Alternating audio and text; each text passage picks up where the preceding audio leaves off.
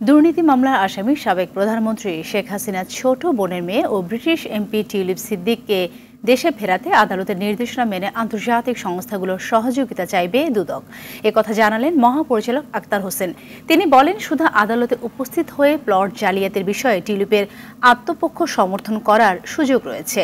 ব্রিটেনে বসবাস করলেও খালার সাবেক প্রধানমন্ত্রী শেখ হাসিনার রাষ্ট্রীয় ক্ষমতাকে ব্যবহার করে গুলশানের সরকারি লিস্টকৃত প্লট ইস্টার্ন হাউজিংকে অনুমোদনের ব্যবস্থা করে বিনিময়ে একটি ফ্ল্যাট নেন টিউলিপ। এছাড়া পূর্বাঞ্চলে প্লট বরাদ্দের মামলায় আগামী ২৭ এপ্রিল টিউলিপে আদালতে হাজির হওয়ার দিন নির্ধারিত রয়েছে। সুযোগ নেয়ার বিষয়টা একান্তই তার, তিনি বিজ্ঞ আদালতে এসে সেই সুযোগটা নিতে পারেন। তিনি যদি নির্ধারিত তারিখে বিজ্ঞ আদালতে যদি হাজির না হন, তাহলে কিন্তু ফৌজদারি কার্যবিধি আইন এবং ক্রিমিনাল ল অ্যামেন্ডমেন্ট অ্যাক্ট 1958 সুনির্দিষ্টভাবে বলা আছে কি করণীয়। বিজ্ঞ আদালত যেভাবে আমাদেরকে নির্দেশনা দিবেন, সেভাবেই প্রয়োজনীয় আইনানুগ ব্যবস্থা নেওয়া হবে।